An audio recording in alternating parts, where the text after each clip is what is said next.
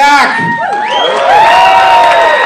This is my third time in Timmins in less than 12 months. Wow. Fantastic. In fact, I'm told that I'm seen more in Timmins than your local MP, Charlie Angus.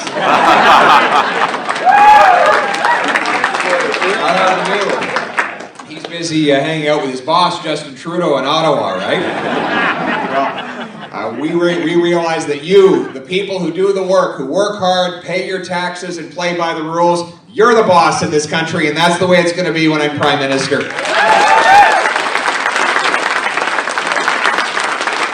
Great to have Scott Aitchison here, former mayor from Muskoka, way down south. Scott is a member of Parliament. He's the Shadow Minister of Housing. He's coming up with real plans to make it possible to actually own a home again so that your 35-year-old can move out of your basement and finally get married and give you some grandkids. So he's doing a great job, and he's a man of great wisdom. He served in politics longer than me. In fact, when I first got into politics, I went to see him for some advice. I said, and at the time I was in my early 20s, and I thought I knew everything and probably speaking a little bit too much. And he said, Pierre, have a seat. He sat me down in his office, and there was a big stuffed fish on the wall. He caught it in the Muskokas, actually. And he said, Pierre, you see that fish up there? If he'd kept his mouth shut, he'd still be alive. So that's probably good advice for a lot of people going into politics. But sometimes you have to speak up as well.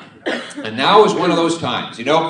I'll tell you briefly about my story. I was born of a 16-year-old unwed mother, and she was too young. She just lost her mother to a heart attack. And so she couldn't raise me. She put me up for adoption to two school teachers. But they always taught me that it didn't matter where I came from. It mattered where I was going. It didn't matter who I knew, but it mattered what I could do. And that's the country I want my kids to inherit. That's my purpose in politics. But lately, it hasn't felt that way, has it? It feels like there really are two candidates. One where there's a privileged elite, born to wealth, connected to power, that's concentrating more and more riches in its own hands, getting rich by making everyone else poor. And we see the suffering in our streets right across this country. 40-year highs in inflation, food prices up, 11% year over year. These are not just statistics. There were 1.5 million people that walked into a food bank in the month of March. Some people walked in for food. One lady who's the CEO of the Mississauga Food Bank said she's been having people come in asking for help to get medical assistance in dying, not because they're sick, but because they're too poor and life is too miserable in Canada. There are reports of students living in homeless shelters in Canada. Our Veterans Affairs Department tells depressed veterans that they should consider medical assistance in dying, ending their misery. And speaking of misery, we see the tent cities that have popped up in towns across this country where people are hopelessly addicted to opioids, many of them dying of overdoses. 30,000 people in our country have died of opioid overdoses in the last 7 years alone. That's the hopelessness that people feel across this country. And instead of trying to restore the hope, we have a Prime Minister who divides to conquer, who tries to instill fear among his fellow Canadians in order to turn the majority against the minority. It's the oldest trick in the political playbook: divide and conquer. You ever hear him say anything good about this country? Geez, you'd think he'd be more excited about the nation he's led for 7 years, but instead, all he does is make excuses and blame other people for the way things are going wrong in his own country. But ladies and gentlemen, there is a lot of hurt in this country. My purpose is to turn that hurt into hope, to put people back in charge of their lives by making Canada once again the freest nation on earth. That is our purpose. And that is what we do.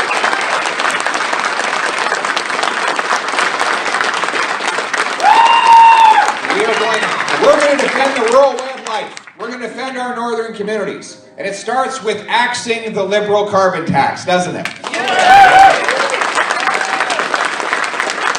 Well, Charlie Angus doesn't agree. Charlie Angus is voting in favor of tripling the carbon tax in Timmins and all the way up to James Bay. What does he expect people to, how many of you here drove in an electric car to get here today? Can you get around Timmins, James Bay in an electric car? No. And how do you heat your home out here? Right? This energy, this is not a choice. It's a reality. When you live in the country, in the north, you have big space to heat, long distances to travel, industries that require energy in order to operate and produce paychecks. It's not a matter of polluting the earth, it's a necessity to live your life. The way you protect the environment is by making energy alternatives more affordable, by producing more of the minerals of electrification here in Canada rather than importing them all from China, right? That's how you do it, but not according to Charlie Angus and Justin Trudeau. They want to triple the carbon tax and continue to drive up the cost of our rural people. You know, I'll tell you the story of a little greenhouse in my riding. Not that type of greenhouse. They grow tomatoes. They call them the Little Miracles of Manotick. Beautiful little tomatoes. But the Liberals charge them a carbon tax for the CO2 they release into the greenhouse, even though it's absorbed by the plant life. It doesn't even go into the atmosphere. So what's the consequence? It's more expensive to buy a Manotick tomato in Manotick than a Mexican tomato in Manotick, right? So the Mexicans don't charge the same carbon tax on their farmers. So the price signal tells the Manotick consumer to buy the tomato that had to be shipped by train and truck all the way across North America, burning diesel all the way, instead of buying the local produce made right down the street. That's what the carbon tax does, right? You know, and we see that right across our overall economy. We don't produce our own energy. We have the third biggest supply of oil on planet Earth, and yet we're importing 130,000 barrels because we can't get a pipeline from east to west. Meanwhile, in Europe, they fund Putin's war by buying his natural gas, even though we have 1,300 trillion cubic feet of the stuff right beneath our feet that we could be exporting to the Europeans and generating paychecks here in this country. You know we have massive advantages in natural gas. Why? Shortest shipping distance to from North America to Asia and to Europe is right here in Canada. 2, you have to liquefy the stuff to get it on a ship. How do you do that? You cool it down. What do we have in Canada? We have cold weather, right? In fact, it was so cold in Ottawa the other day that Justin Trudeau was sitting with his hands in his own pockets.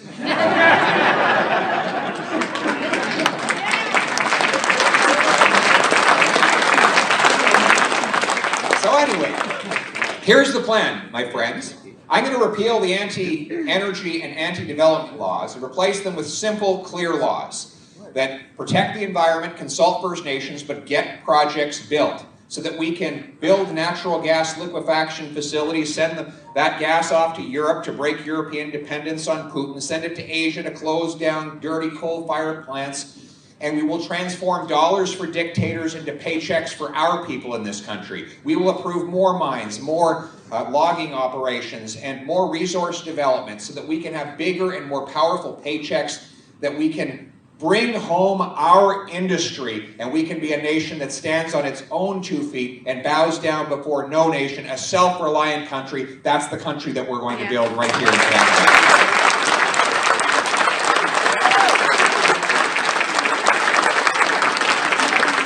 And there's no greater self-reliance than the centuries of First Nations and other Canadians who have harvested nature for a substance and now use firearms also for legitimate recreational purposes. Now, we see Justin Trudeau waging war against rural people by trying to ban hunting rifles. You know, well, I wouldn't say that, but I will say this. Here's what I'll say. We're going to defeat this plan by voting Trudeau out and democratically and peacefully electing another government that will respect our country's environment.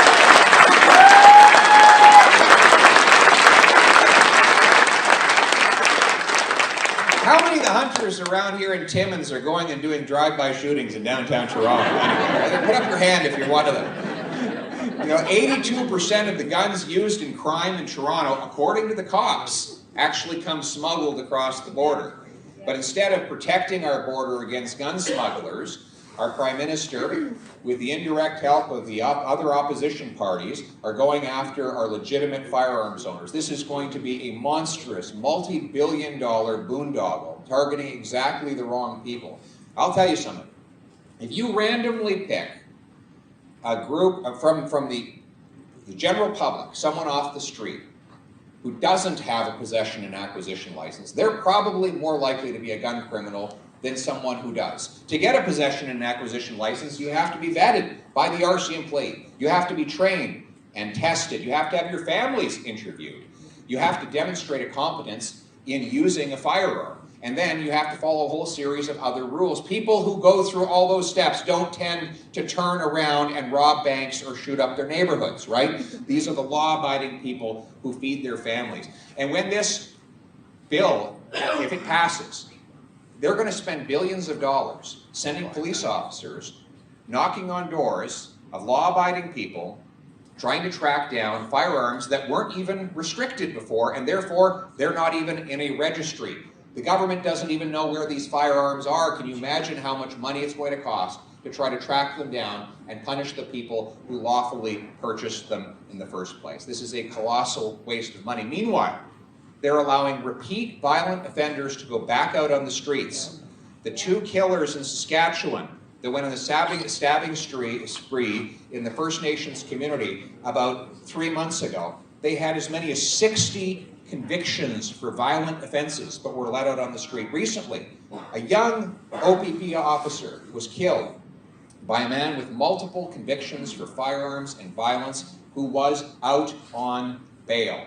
Bail that is now more easily provided to repeat violent offenders because of laws that Justin Trudeau has passed. So here's my plan. I'm going to cancel the hunting rifle ban. I'm going to use the savings to bolster our border. And we're going to toughen the laws for the repeat violent offenders to take the most violent people off the street and keep our people safe again in this country. That's what we're going to do.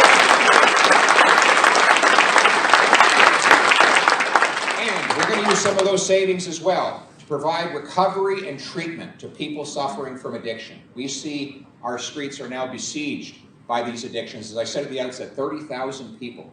This is more than enough to fill an NHL-sized stadium have died in 7 years alone because of opioid overdose. We know the story. A group of powerful pharmaceutical companies, with the help of slick consultants, including at McKinsey & Company, a liberal-link corporation. They defrauded the healthcare system. They went in and sold North America, both the United States and Canada, on a bill of goods. They said these drugs are not addictive at all. They're totally harmless. All they do is relieve pain. So prescribe them widely. And our hospitals did. And right across working class North America, people who went in because they had a sore back were given this drug and said, don't worry, take as much as you like. And the problem was, they were very enjoyable, relaxing, soothing drugs to take at first. And then people got hooked. And they needed more and more and more. And those corporations knew exactly what they were doing when they flooded our streets with these drugs. And it has only worsened ever since. My government is going to go after these corporations in court. We're going to get massive multi-million-dollar settlements from them. We're going to make them pay for the cost of treatment and recovery so that we can help save the lives of these good people whose lives have been taken over by this addiction. We're going to open recovery and treatment centers where there will be detox services, where there will be medication, where there will be counseling so that these people can take back control of our lives, and these mothers and fathers and sisters and brothers can rejoin their families and be successful contributing members of our society. That's what we're going to do.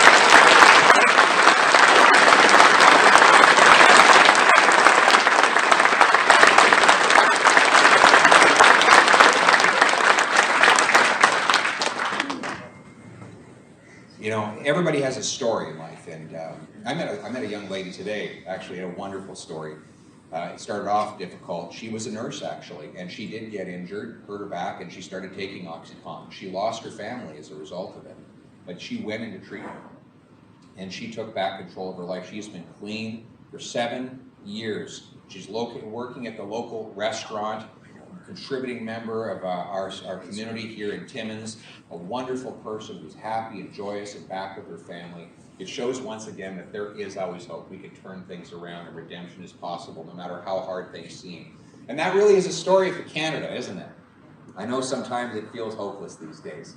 It feels like people are losing control of their lives, that there's forces beyond our control that are taking away from us the sense of optimism that we all had in this country not so long ago. Well, I'm here to say that we're going to restore that optimism.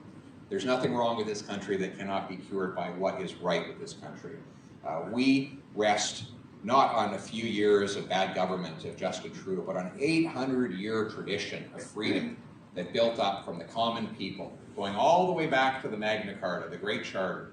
The British commoners met in the fields of Runnymede and forced the king to sign that charter that reduced his power and brought in liberty under the law. And through much tension and much conflict over 8 centuries, the commoners have rose up again and again and again to remind the crown who is actually in charge. And that is the story of Canada, where the common people, at the end of the day, make the decisions for themselves.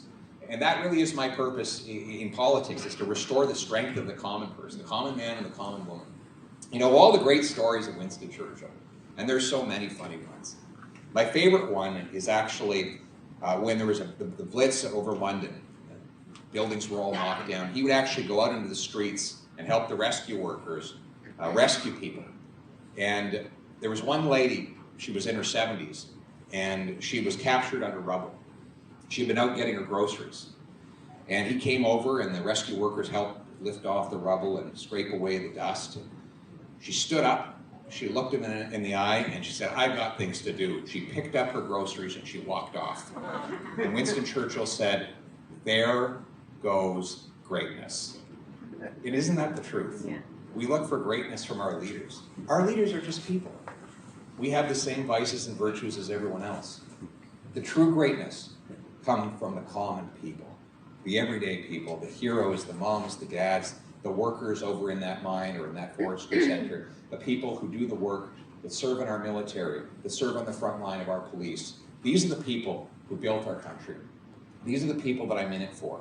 These are the people I'm proud to serve. And these are the people who are going to take back control of their lives in the freest nation on earth. In the words of the great Canadian Prime Minister John Diefenbaker, I'm a Canadian, a free Canadian, free to speak without fear, free to stand for what I think right, free to oppose what I believe wrong, free to worship God in my own way, free to choose those who shall govern my country. It is this heritage of freedom that I pledge to uphold for myself and for all of mankind. Thank you very much, and God bless Timmins. Great to be with you.